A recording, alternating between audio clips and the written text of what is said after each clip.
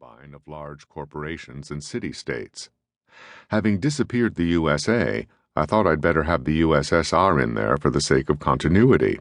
Had I disappeared the USSR instead, I might eventually have been burned as a witch, so just as well. Today's reader might keep in mind that I wrote Neuromancer with absolutely no expectation that it would be in print 20 years later.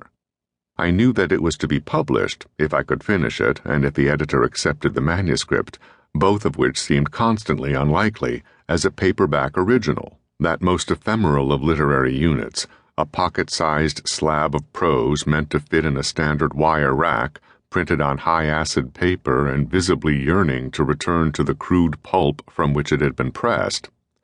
My best hope for the book was that it might find, in whatever modest numbers it would have its debut, some kindred soul or five, probably in England, as I imagined them, or perhaps in France. I didn't anticipate much in the way of an American audience, because I felt that I was writing too deliberately counter to what I had come to assume the American audience had been taught to want from science fiction. I was doing this because I couldn't for the life of me seem to do it any other way. Having been talked into signing a contract by the late Terry Carr, without whom there would certainly be no Neuromancer, I found myself possessed by a dissident attitude that I certainly wasn't about to share with my editor, or really with much of anyone.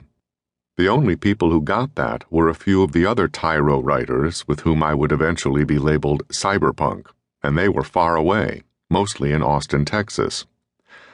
Like Case at the book's climax, I was coming in steep, fueled by, I couldn't have told you, though one element was a smoldering resentment at what the genre I'd loved as a teenager seemed to me in the meantime to have become.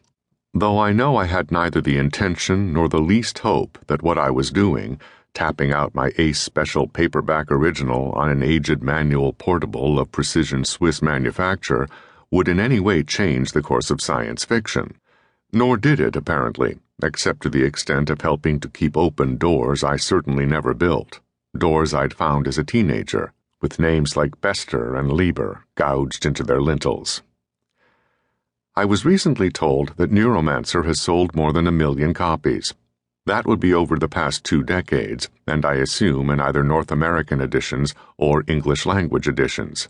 Abroad, it's managed to get itself translated into most of the languages books are translated into, though not yet, as far as I know, Chinese or Arabic. This is something like having an adult child one never hears from, but who evidently does quite well, travels widely, and seems to meet interesting people. My real sympathy, though, is with the bright 13-year-old, curled on a sofa somewhere, 20 pages into the book, and desperate to get to the root of the mystery of why cell phones aren't allowed in Chiba City.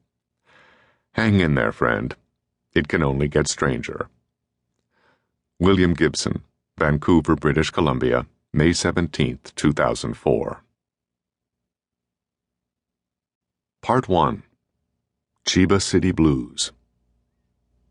Chapter 1. The sky above the port was the color of television, tuned to a dead channel. "It's not like I'm using," Case heard someone say as he shouldered his way through the crowd around the door of the chat. "It's like my body's developed this massive drug deficiency." It was a sprawl voice and a sprawl joke. The Chatsubo was a bar for professional expatriates.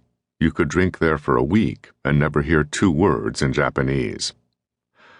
Rats was tending bar, his prosthetic arm jerking monotonously as he filled a tray of glasses with draft Kirin.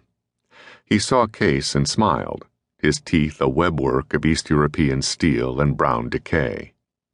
Case found a place at the bar, between the unlikely tan on one of Lonnie Zone's whores and the crisp naval uniform of a tall African whose cheekbones were ridged with precise rows of tribal scars.